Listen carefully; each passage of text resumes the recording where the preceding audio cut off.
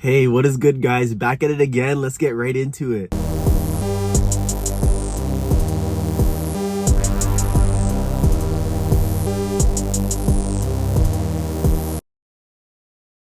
So for this one, it's another hotel one, but we have an update on how the hotel's going. So essentially, when I went back to the hotel with my twin, I noticed they weren't there, but I was there, and there was a whole bunch of people everywhere, all these different types of beings that were everywhere. Like, some came from our dimension in time, some came from another dimension in time. All of them looked pretty human though, but you could tell they weren't from Earth. And they were all in this hotel celebrating. It was really fun. Everybody was having so much fun. I was having so much fun. And I remember at one point, like, everybody had a room. Everybody had like their room that they would stay in. And in your room is where all the people from your dimension and time space would stay. So if you came from this dimension that we're in right now and you came from 2024, you would stay in this room.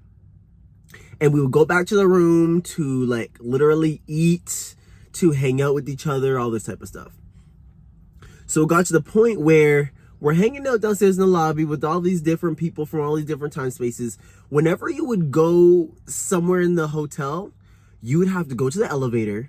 But the elevator was not a regular one. It was a time-space elevator. There'd be dimensions 1 through 5. And then there would be a timestamp.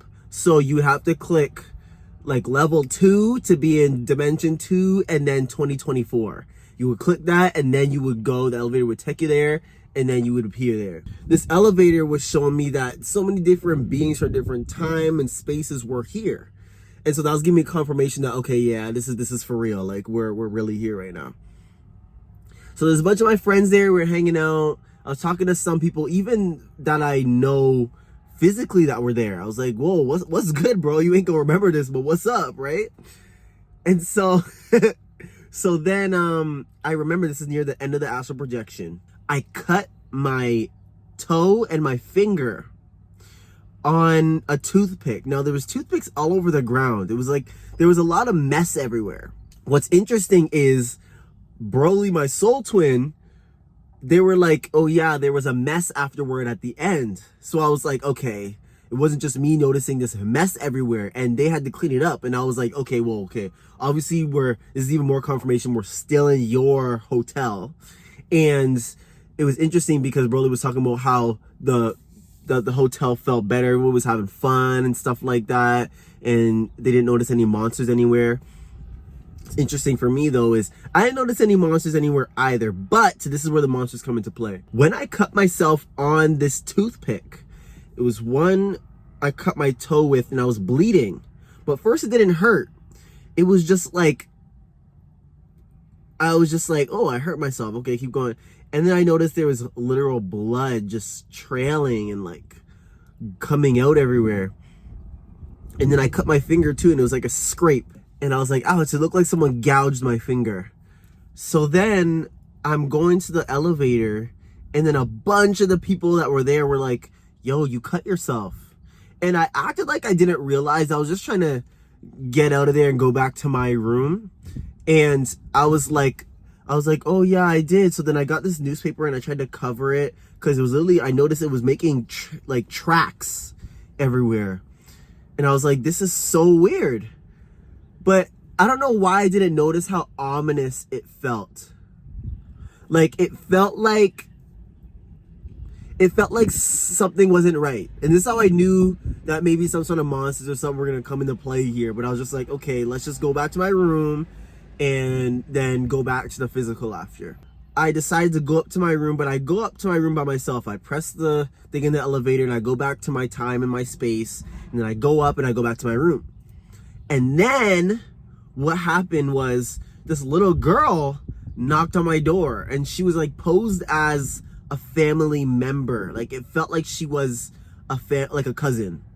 So she looked at me and she's like, she comes in the room, and I'm assuming because she looks like my cousin, right, that she was also staying in the room because we're from the same time and space. I just want to say that going to the Astral Schools taught me a lot about how to notice reptilians or monsters or demons that are posed as someone else. I don't know, it didn't cross my mind that this person was someone posed as somebody else. But I go in, and then she comes in, she's like, oh, why is there, y'all eating a lot of pizza, eh? And I was like, oh yeah, you know, because we're having fun here in the Astral. And as soon as I was saying that, this little girl started fighting me. This is what I mean by she wasn't strong, because she's fighting and you're like, really? Like, come on, this little girl, really? I let my guard down because I'm like, one, we're all having fun. Two, why would a reptilian randomly just follow me? Because this is a family member, we're all having fun here. Why would they be here? And three, even if this being is posed as someone, they're not that strong. I'll be able to fight them off real easily. So that's when they started fighting me, and I was like, oh, it's a reptilian. So I started like fighting it back, and I was like, stop. I really was just in the defense. I was like, what are you doing? And then I got to the point where I had to flick it. I had to kick that thing, and it went flying out the door, ran off somewhere. And then I went somewhere else in the hotel, and I was interacting with some of the people in the hotel room. And then that's when it was concluding. I was like, all right, guys, I got to go back to the physical. It was fun and da da da. I was trying to figure out why did this reptilian or this monster, whatever it was, I'm assuming it was a reptilian, why did it follow me to the room? This is two messages. One, you were trailing blood. You were trailing weakness. They smell blood. And whether you want to see that as literal or metaphorical, literally, you were bleeding in the astral, it's going to follow you. And two, these beings are drawn to weakness. They smell weakness. So any sort of weakness, they literally smell it. And you know this from them in the astral anywhere, and in the physical too. They smell out, they sniff out weakness, and then they work on those people, as you know. So I didn't think about this until after I left the astral. I was like, why did this thing follow me into the room? And then I realized I was trailing blood. So I was like, okay, next time I'm in the astral, be aware, especially when you're in a place like this that has monsters in it and has reptilians in it. You can't be trailing blood and doing all that stuff. You crazy? Yeah, it was actually my twin that was like, don't monsters smell blood, or like they smell weakness? And I was like, oh yeah, shit, I totally forgot about that, right? Oh, there was a lot of different, when you go to different dimensions, there'd be different like beaches and different environments. So like you would click this dimension and there'd be a bunch of beaches outside, and then you click this dimension and then all of a sudden there was a bunch of different forestry. There was literally in every corner outside of the hotel, there was a space for people in which they would like. So it was meant for all different types of beings from different dimensions and planets and time spaces, all in this hotel. And there's a whole bunch of angelic beings there that are having fun. It was really damn cool. The next thing I wanted to say was, it was also letting me know that our mission here with monsters isn't done. Yes, we've completed something, just like we did when we were fighting the other reptilian bosses. It's like you would, in those history when we were fighting those other ones, it was like you would beat them, but then it was almost like there was more to the story, like they weren't giving up.